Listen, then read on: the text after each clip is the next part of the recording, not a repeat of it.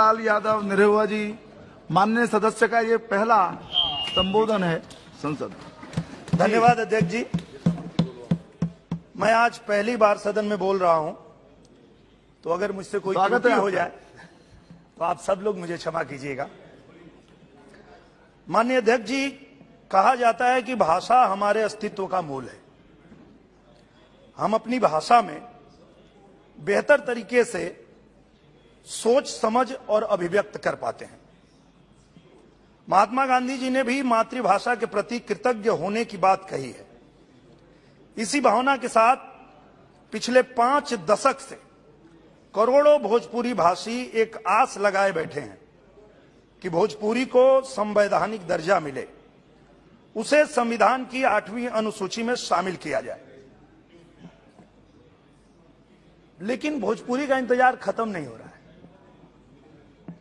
कभी तो भाषा के भेद का पाठ पढ़ाकर, तो कभी नियमों की अस्पष्टता का हवाला देकर भोजपुरी भाषियों की मांग पूरी नहीं होने दी गई।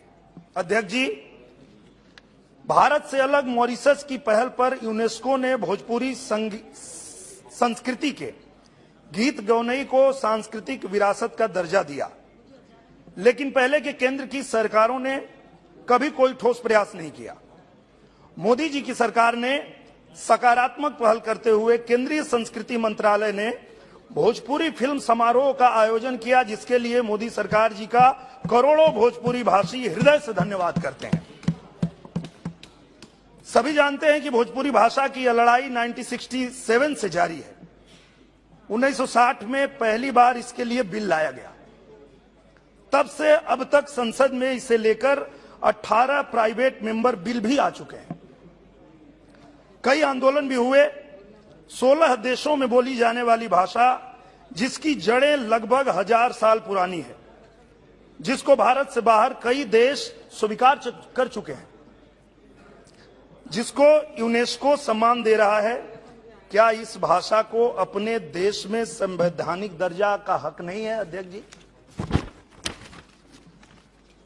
हमें उम्मीद जगी थी 2012 में एक प्रस्ताव पर भाषण देते हुए गृह मंत्री श्री पी चिदंबरम जी ने भोजपुरी में कहा था, हम रउआ सबके भावना के समझता नहीं।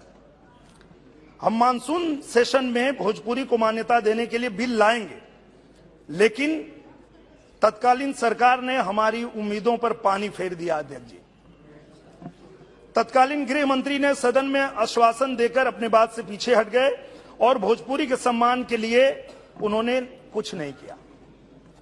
अब मोदी जी की सरकार है जो असंभव को संभव करने के लिए जानी जाती है। मुझे पूरा विश्वास है कि अब तक जो संभव नहीं हो पाया वो मोदी जी की सरकार में जरूर संभव होगा।